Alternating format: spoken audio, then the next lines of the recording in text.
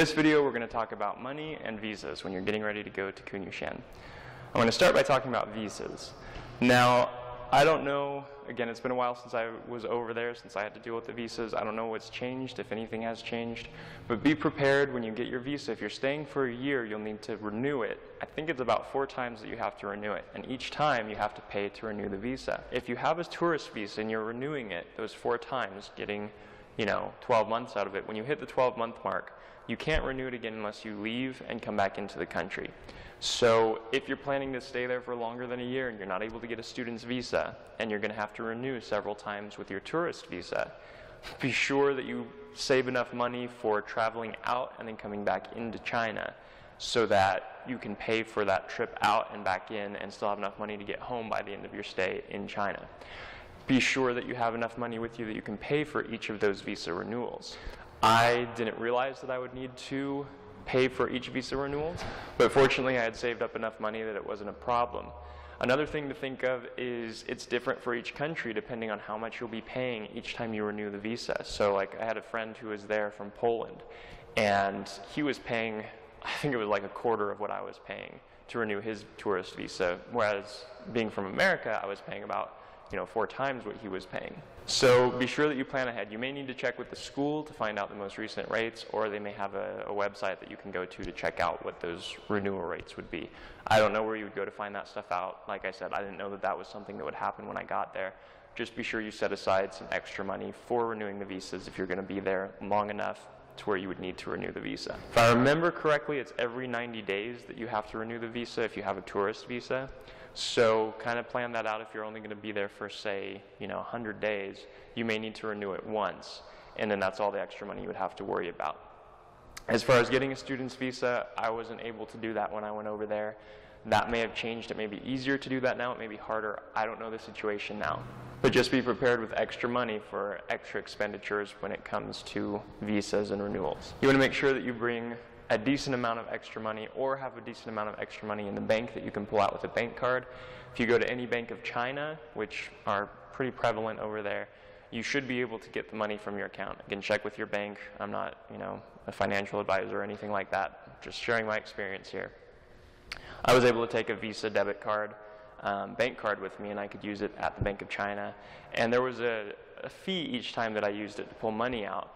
But when I would pull money out of my account back home, it would automatically be converted into the Chinese currency, come straight out of the ATM that way, and you don't have to sit there and worry about exchanging money. And if you bring currency from home and you try to exchange it there, there's paperwork you have to fill out, and there's a process to it. If you bring your bank card, then you're able to just stick it in the ATM and get renminbi out, and then you're ready to go and use that money to purchase things that you need. There are expenditures that you probably wouldn't have thought of when you were planning to go over there, so I'll bring some of those up. At least they're ones that caught me off guard that I just didn't think of needing to save money for. One is if you don't bring enough clothes for the training and for downtime, you may need to buy more clothes. That kind of depends on how much you're willing to pack and bring with you versus how much you want to buy. The things that kind of caught me off guard more were like toilet paper. I know it's kind of weird, but you don't think that you would need to buy toilet paper. At least I didn't think so. But anywhere you go in China, I'm very used to the United States where anywhere you go that's a public restroom, there's toilet paper available. Over there, you bring your own toilet paper, so make sure that you buy some first thing when you get there. And if you're going to town, stick a roll in your bag or your backpack or something so that when you go into a public restroom, you aren't in a bad situation. So it could make for a good story, but you're going to be better off probably to just buy the toilet paper ahead of time. So make sure you bring enough money to buy things like toilet paper, soap. I would recommend bringing deodorant if you like using deodorant, because it's very hard to find in China. And if you like smelling nice, you're going to be training a lot and sweating a lot. So it's probably not a bad idea to bring some along. Make sure that you bring enough that will last you the entire stay. I mentioned before in the food video that you want to bring extra money for going out to eat or for buying extra food for your breakfast or other meals that you may want to eat something different than what's provided for you. Bring extra money for taxis. Obviously that goes without saying for some, but I'm used to having my own vehicle, and I was kind of, again, caught off guard. At least the first time I went to China, I was a little more prepared for when I went to Kunyushan, But the first time I went, I was like, oh yeah, how do I get around? It's by taxis, so you have to bring money to shell it out to the taxi drivers to get where you need to go if you aren't going to be just staying in the school. Now, I stayed in the school a lot more than a lot of other students who were there. They like to go to town a little bit more frequently than I did.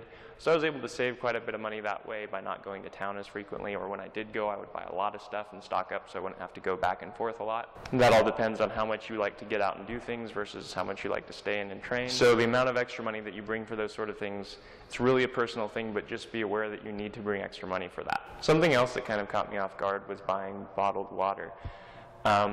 They say it's okay to drink water from the faucets over there, but I kind of prefer to drink water that's been, filtered and isn't just coming from, I don't know where, a close by spring or something like that. Not everyone did that, but if you're like me and you like bottled water, it's not very expensive, but definitely bring some extra money to buy bottled water while you're there. The best advice I can give you as far as money goes is bring more than you think you'll need. It's better to have a little bit extra when you get home than not have enough while you're in a foreign country. So plan for unexpected expenditures, and it'll make your trip a lot better. It'll make it a lot more enjoyable. Anyway, I hope this was helpful. Thanks for watching.